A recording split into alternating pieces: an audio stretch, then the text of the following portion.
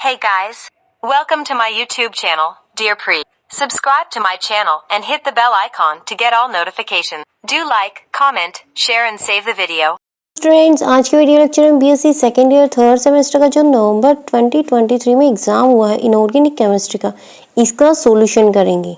पूरा का पूरा आपको मैं सभी क्वेश्चंस का सॉल्यूशंस बताऊंगी। हमारा फर्स्ट कंपल्सरी क्वेश्चन में सारे क्वेश्चन 1 मार्क्स के होते हैं। इसके अंदर फर्स्ट पार्ट में पूछा गया है एंटी फेरोमैग्नेटिज्म क्या होता है। तो ये है हमारा एंटी फेरोमैग्नेटिज्म का आंसर। एंटी फेरोमैग्नेटिज्म के अंदर क्या होता है कि जो आयंस होते हैं इसके अंदर या फिर जो एटम्स होते हैं उनकी स्पिन एक दूसरे के अपोजिट होती है और जो नेट मैग्नेटिक मोमेंट होती है वो जीरो होती है। जैसे कि फर्स्ट वाले की अप है तो सेकंड वाले की डाउन है, ऐसे ही थर्ड वाले की अप है तो फोर्थ वाले की डाउन है। तो यहाँ पे तो नेट मैग्नेटिक मोमेंट होगी वो जीरो हो जाएगी। अब इसके बी पार्ट में पूछा गया है कि व्हाट आर बाइडेंटेट लिगेंड्स। तो बाइडेंटेट लिगेंड्स कौन से होते हैं जिनके अंदर दो डोनर साइट होती है। तो बाइडेंटेट लिगेंड कौन से होते हैं जिनके अंदर मैंने बताया कि दो डोनर साइड होती है। तो यहाँ पे देखो CH2 दोनों सिंगल बॉन्ड से अटैच है, इसके साथ सिंगल बॉन्ड से NH2 एंड NH2 अटैच है। तो नाइट्रोजन के पास भी एक लोन पेयर है, दूसरे नाइट्रोजन के पास भी एक लोन पेयर है। तो ये भी अपने लोन पेयर को डोनेट कर सकता है एंड ये भी अपने लोन पेयर को डोनेट कर सकता है।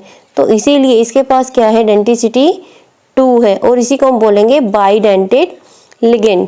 और इसका नाम है इथाइलिन डाइमीन या फिर EN भी करके लिख सकते हैं आप। हम नेक्स्ट क्वेश्चन में पूछा गया है कि effective atomic number FeCN6 4 negative का हमें कैलकुलेट करना है। तो ये हमारा FeCN6 4 नेगेटिव का EAN का रूल, जिसके अंदर Fe का एटॉमिक नंबर कितना होता है 26 होता है एंड इलेक्ट्रॉन कितने लॉस किए हैं इसने 2 इलेक्ट्रॉन लॉस किए हैं। तो इलेक्ट्रॉन ऑब्टेन कितने होंगे 6 लिगेंड है तो 12 इलेक्ट्रॉन ऑब्टेन होंगे। तो EAN यहाँ पे कितना हो गया टोटल 36 हो गया। तो इसीलिए FeCN6 क्या है EAN रूल को भी फॉलो करता है। अब नेक्स्ट पार्ट में क्या पूछा गया है कि एग्जांपल बताना हमें नॉन एक्वस सॉल्वेंट का। तो वाटर के अलावा जो भी सॉल्वेंट होते हैं वो नॉन एक्वस सॉल्वेंट्स होते हैं, जैसे कि NH3 हो गया, SO2 हो गया, C6H6 या फिर H2S। जितने भी ये सॉल्वेंट्स हमारे ये नॉन एक्वस सॉल्वेंट्स हैं। Why NaCl is not a coordination compound?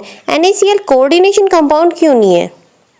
तो देखो NaCl के अंदर क्या होता है, Na क्या करता है अपने एक इलेक्ट्रॉन जो कि S में होता है उसको लॉस कर देता है एंड Cl उसी इलेक्ट्रॉन को गेन कर लेता है। कोऑर्डिनेशन कंपाउंड्स में क्या होता है, कोऑर्डिनेशन में कंपाउंड में क्या होता है, एक जो एटम होता है उसके अंदर लोन पेयर होता है, वो अपने लोन पेयर को डोनेट कर देता है और शेयरिंग दोनों के बीच में होती है। डोनेट सिर्फ एक करेगा, लेकिन इसके अंदर क्या है, एक ने डोनेट किया और एक ने एक्सेप्ट किया और वो सिंगल इलेक्ट्रॉन है ना कि पूरा लोन पेयर है।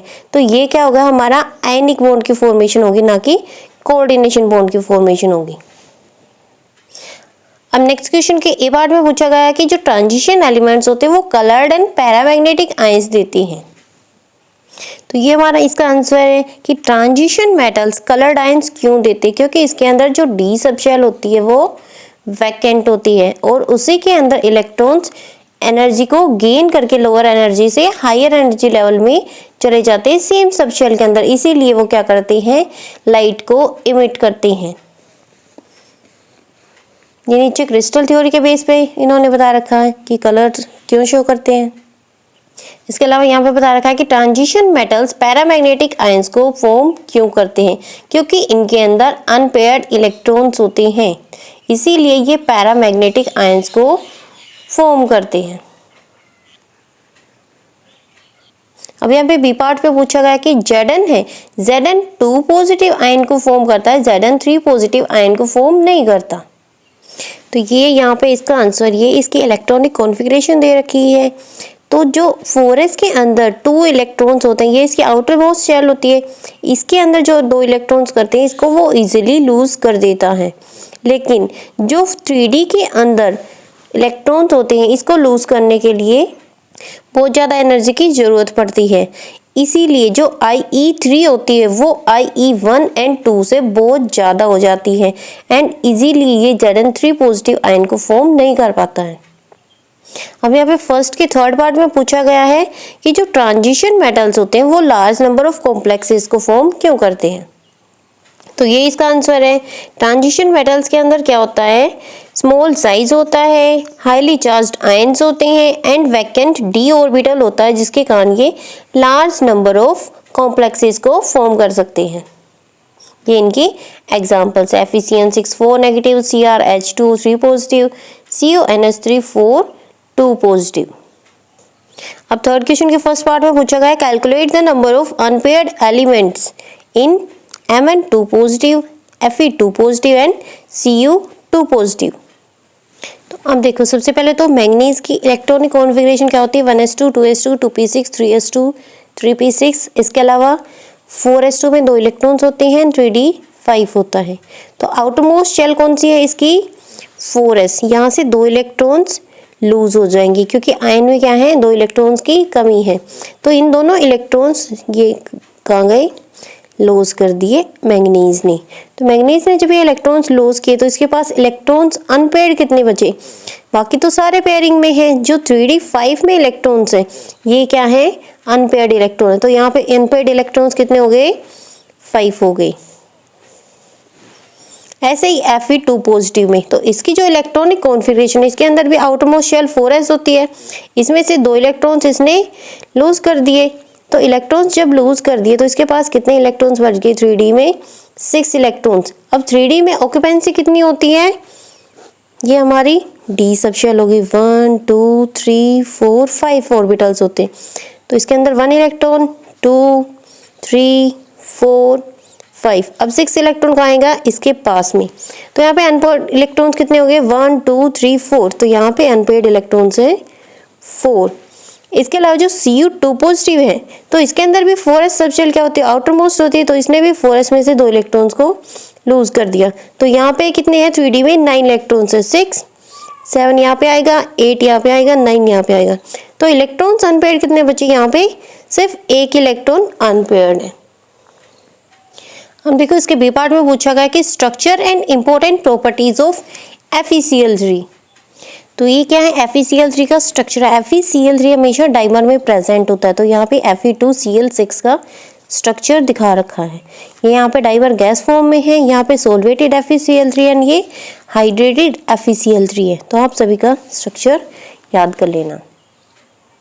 नेक्स्ट पार्ट में पूछा गया कि why d block elements can act as a catalyst.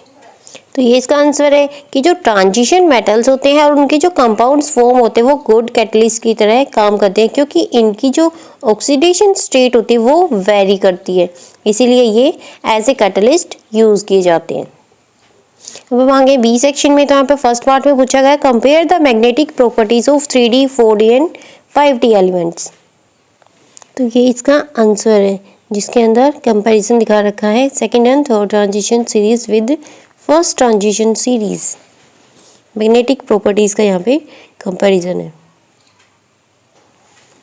तो 3D के एलिमेंट्स क्या करते हैं, हाई स्पिन कॉम्प्लेक्सेस की फॉर्म करते हैं, क्योंकि इनके अंदर जो स्पेस होता है वो कम होता है, साइज कम होता है। एंड जो second and third transition series होती है इसके कॉम्प्लेक्स लो स्पिन कॉम्प्लेक्स को फॉर्म करता है, क्योंकि इनके अंदर स्पेस ज़्यादा होता है, इनका साइज ज़्यादा होता है। अब नेक्स्ट पार्ट में पूछा गया कि इलेक्ट्रॉनिक कॉन्फ़िगरेशन बतानी है Ag positive and Hg2 positive की। तो ये Ag के एटॉमिक कॉन्फ़िगरेशन होते हैं जिसके अंदर 5s के अंदर 2 इलेक्ट्रॉन्स होते हैं। एक इलेक्ट्रॉन्स को लूज करने के बाद इसके अंदर 5s में 1 बचेगा। इसका एटॉमिक नंबर 47 होता है एंड Hg का एटॉमिक नंबर 80 होता है। तो इलेक्ट्रॉनिक कॉन्फ़िगरेशन इसके अंदर आउटरमोस्ट सबशेल 6s होती है जिसके अंदर 2 इलेक्ट्रॉन्स होते हैं। दोनों इलेक्ट्रॉन्स को लॉस करने के बाद ये इसकी एटॉमिक इलेक्ट्रॉनिक कॉन्फ़िगरेशन बच जाएगी। नेक्स्ट पार्ट में पूछा गया कि जो सिंथेटिक डी ब्लॉक एलिमेंट है उसका नाम बताना है और उसके साथ साथ इसका एटॉमिक नंबर बताना है। तो टेक्नेटियम जो है सेकेंड ट्रांजिशन सीरीज में आता है और ये क्या है, सिंथेटिक डी ब्लॉक एलिमेंट है और इसका एटॉमिक नंबर है 43। अब फिफ्थ के फर्स्ट पार्ट में पूछा गया कि why the size of zirconium is similar to that of hafnium, इनका साइज सिमिलर क्यों होता है? तो इसका आंसर है लैंथेनॉइड कॉन्ट्रैक्शन की वजह से इनका जो साइज होता है वो सिमिलर होता है और इलेक्ट्रॉनिक कॉन्फ़िगरेशन भी इनकी पहले ही सिमिलर होता है। इसी कारण इनकी जो आइडेंटिकल प्रॉपर्टीज होती हैं और आइडेंटिकल केमिस्ट्री भी शो करता है। जिरकोनियम का साइज 160 pm होता है एंड हॉफनियम का 159 पिकोमीटर। नेक्स्ट पार्ट में पूछा गया है कि जो Zn, Cd एंड Hg होती है उनको ट्रांजिशन मेटल्स के अंदर हम कंसीडर नहीं करते। ऐसा क्यों? क्योंकि इनके अंदर जो डी सबशेल होते हैं वो फुली फिल्ड होती है और ट्रांजिशन मेटल्स कौन से होते हैं? ट्रांजिशन मेटल्स वो होते हैं जिनके अंदर एलिमेंट या फिर उसकी आयनिक स्टेट में डी सबशेल क्या हो, पार्शियली एम्प्टी होनी चाहिए। लेकिन Zn, Cd और Hg के जो आयंस होते हैं उनके अंदर +2 ऑक्सीडेशन स्टेट शो करते हैं ये, और Zn 2 पॉजिटिव, Cd 2 पॉजिटिव या Hg 2 पॉजिटिव होती है। इनके अंदर जो आउटर मोस्ट सबशेल होती है S होती है उसके अंदर से 2 इलेक्ट्रॉन्स को ये लॉस कर देती है, लेकिन जो इनकी डी सबशेल होती है वो उसके बाद भी कंप्लीटली फिल्ड होती है। उसी का कारण ये ट्रांजिशन एलिमेंट्स की जो प्रॉपर्टीज होती है उनको शो नहीं करती, इनके अंदर एक्सेप्शंस होती हैं। जैसे कि जिंक, कैडमियम एंड मरकरी के जो आयंस होते हैं वो डायमैग्नेटिक होते हैं, लेकिन बाकी ट्रांजिशन एलिमेंट्स क्या होते हैं, पैरामैग्नेटिक होते हैं। इसके अलावा जो जिंक, कैडमियम एंड मरकरी होते हैं इनके जो साल्ट्स होते हैं वो वाइट कलर के होते हैं, लेकिन इसके अलावा जो बाकी ट्रांजिशन एलिमेंट्स होते हैं उनके साल्ट कलर्ड होते हैं। फिफ्थ के सी पार्ट में पूछा गया कि जो निकल सेकेंड की ऑक्सीडेशन स्टेट होती है वो प्लेटिनम सेकेंड से ज़्यादा स्टेबल होती है, ऐसा क्यों है? तो ये निकल सेकेंड ऑक्सीडेशन स्टेट की इलेक्ट्रॉनिक कॉन्फ़िगरेशन है जिसमें 4s में से 2 इलेक्ट्रॉन्स को इसने लॉस किया है, एंड प्लेटिनम सेकेंड की इलेक्ट्रॉनिक कॉन्फ़िगरेशन ये है जिसने 6s में से 2 इलेक्ट्रॉन्स को लॉस किया। इसके अंदर क्या होता है, जो निकल को 2 पॉजिटिव आयन बनाने के लिए एनर्जी कम चाहिए होती है, लेकिन प्लेटिनम को 2 पॉजिटिव आयन बनाने के लिए एनर्जी ज़्यादा चाहिए होती है। इसीलिए जो निकल सेकेंड होती है वो थर्मोडायनेमिकली मोर स्टेबल होती है। इसके अलावा जो प्लेटिनम की होती है वो 4th ऑक्सीडेशन स्टेट ज़्यादा स्टेबल होती है, मोस्ट स्टेबल होती है प्लेटिनम की 4th ऑक्सीडेशन स्टेट। इसीलिए अब हम आ गए हैं सी सेक्शन में। तो सी सेक्शन में सिक्स्थ क्वेश्चन में पूछा गया आइसोमेरिज्म, जिसको विद एग्जांपल हमें बताना ionisation, linkage and coordination isomerism. तो सबसे पहले तो ये है लिंकेज आइसोमेरिज्म, जिसमें लिंकेज पे डिपेंड करता है, मतलब एम्फीडेंटेड लिगेंड होता है इसके अंदर, और जैसे कि NO2 है ये नाइट्रोजन वाली साइड से भी बाइंड कर सकता है एंड ऑक्सीजन वाली साइड से भी बाइंड कर सकता है। इसलिए जो लिंकिंग एटम होता है वो डिफरेंट होता है, ग्रुप एक ही होता है। इसी को हम बोलते हैं लिंकेज आइसोमेरिज्म। ये इसके एग्जाम्पल को यहाँ पे विद स्ट्रक्चर दिखा रखा है। यहाँ पे NO2 है और यहाँ पे ONO है, सेम है, लेकिन इसका कलर कैसा है, रेड है, और इसका कलर कैसा है, येलो है। सिर्फ एक लिंकिंग एटम के कारण इसकी जो प्रॉपर्टीज है वो भी चेंज हो जाती है। आयनाइजेशन आइसोमेरिज्म क्या होता है? आयनाइजेशन आइसोमेरिज्म के अंदर जो आयन होता है वो चेंज हो जाता है। जैसे कि देखो यहाँ पे SO4 2 नेगेटिव आयन है, तो यहाँ पे क्या शो करेगा, ये SO4 नेगेटिव आयन का टेस्ट शो करेगा, लेकिन अगर बाहर Br आयन होगा तो ये क्या करेगा, ब्रोमीन का टेस्ट शो करेगा। ये इसके और भी एग्जांपल्स दे रखे हैं। इसके अलावा ये है कोऑर्डिनेशन आइसोमेरिज्म। कोऑर्डिनेशन आइसोमेरिज्म के अंदर क्या होता है, यहाँ पे CONS3 CrCN6 अगर इनके जो लिगेंड्स आपस में एक्सचेंज हो जाए, मीन्स लिगेंड्स चेंज हो जाए, जैसे यहाँ पे CONS3 है तो चेंज होकर क्या होगा, CrNS3 CrCN6 की जगह आ गया COCN6। तो अगर इनके लिगेंड्स आपस में इंटरचेंज हो जाएंगे तो इन्हीं को हम क्या बोलेंगे, कोऑर्डिनेशन आइसोमेरिज्म। इसके बी पार्ट में क्या बताना है, Werner theory of coordination compounds with example 2 marks में। तो ये वर्नर थ्योरी का आंसर है, जिसके अंदर इसके 4 बेसिक पोस्टुलेट्स दे रखे हैं। इसके अंदर क्या होती है, प्राइमरी वैलेंसीज होती है एंड सेकेंडरी वैलेंसीज होती हैं। प्राइमरी वैलेंसी कौन सी होती है, जो कि प्राइमरी वैलेंसी जो होती है वो नेगेटिव आयन सेटिस्फाई करती है, लेकिन जो सेकेंडरी वैलेंसी होती है वो नेगेटिव आयन भी कर सकती है, न्यूट्रल मॉलिक्यूल्स भी सेटिस्फाई कर सकती हैं, इवन पॉजिटिव आयंस भी कर सकती हैं सेकेंडरी वैलेंसी को सेटिस्फाई। ये इसका यहाँ पे एग्जाम्पल दे रखा है। इसकी क्या है, 3 प्राइमरी वैलेंसी है जो कि Cl सेटिस्फाई कर रहा है, और ये बाकी क्या है, सारी सेकेंडरी वैलेंसीज हैं।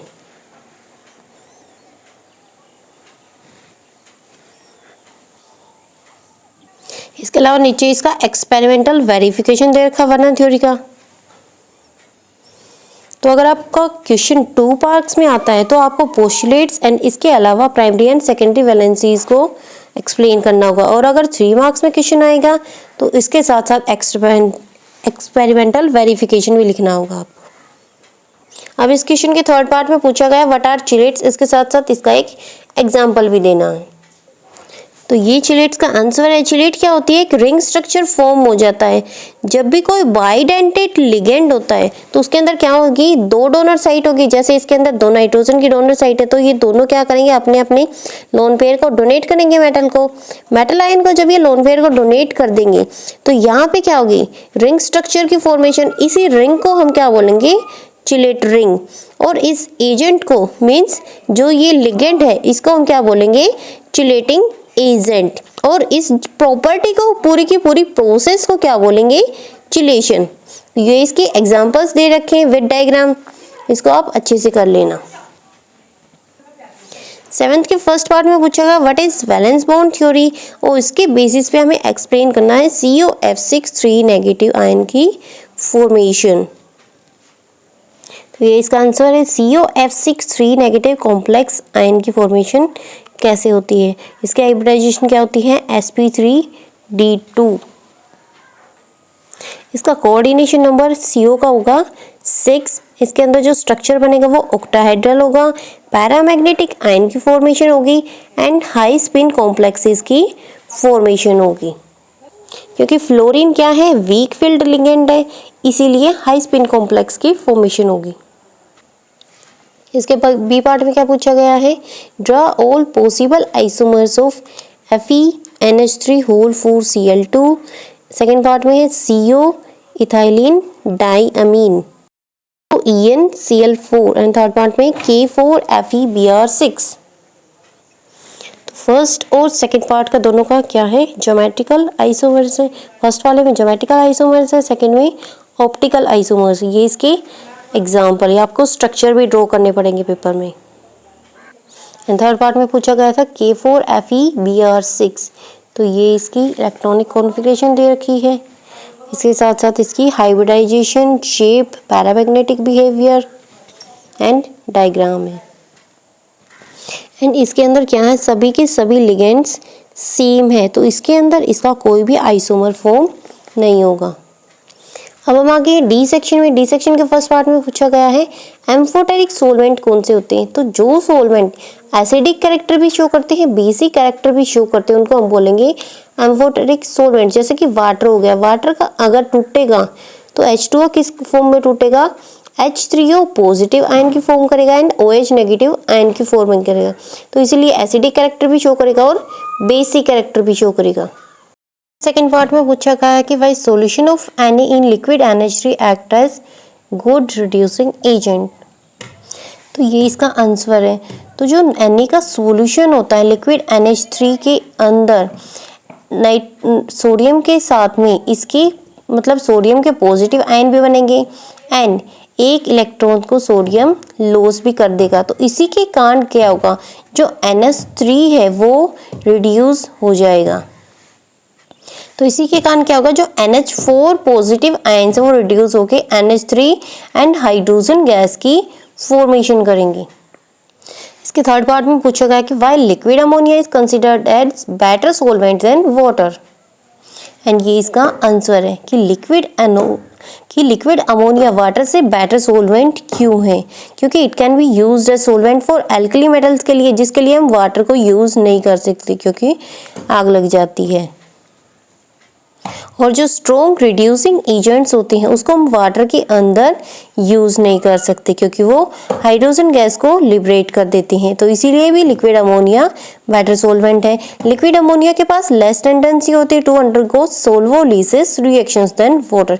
Liquid ammonia act as good solvent for organic compounds जैसे कि एमीन्स, फिनोल्स, कार्बोक्सिलिक एसिड्स हो गई। इनके लिए अमोनिया क्या है? गुड सॉल्वेंट है। The compound which are unstable in water, जो कंपाउंड वाटर में अनस्टेबल होता है उनके लिए भी हम लिक्विड अमोनिया को यूज करते हैं because of its low degree of ionisation. अब हम आगे लास्ट क्वेश्चन में। तो लास्ट क्वेश्चन में फर्स्ट पार्ट में पूछा गया है नेचर ऑफ NH4Cl एसिडिक है या बेसिक है। जब इसको हम लिक्विड NH3 को एज ए सोलवेंट यूज करते हैं तो इसका नेचर कैसा होगा। तो जब हम NH4Cl को लिक्विड अमोनिया के अंदर डालेंगे तो यहाँ पे क्या होगा? 2NH3 की फॉर्मेशन होगी प्लस HCl की फॉर्मेशन होगी। तो यहाँ पे NH4Cl एम्फोटेरिक नेचर में काम करेगा।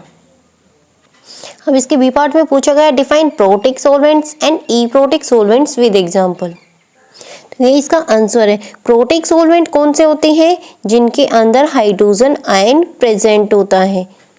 एंड इप्रोटिक सॉल्वेंट कौन सा होता है? जिसके अंदर हाइड्रोजन आयन प्रेजेंट नहीं होता। तो प्रोटिक के एग्जांपल हो गए H2O, NH3, HF, H2S। इन सब के अंदर H पॉजिटिव आयन प्रेजेंट है।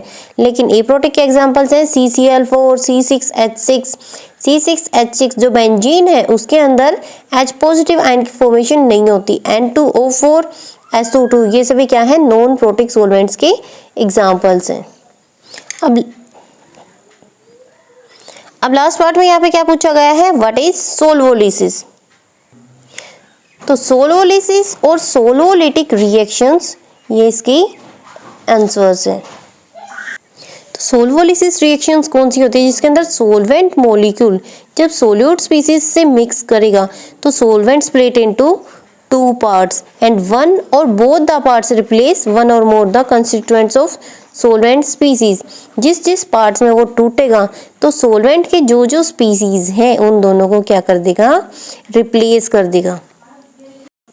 अगर आपको वीडियो अच्छी लगे तो लाइक, कमेंट, शेयर और सब्सक्राइब करना मत भूलना। Thank you.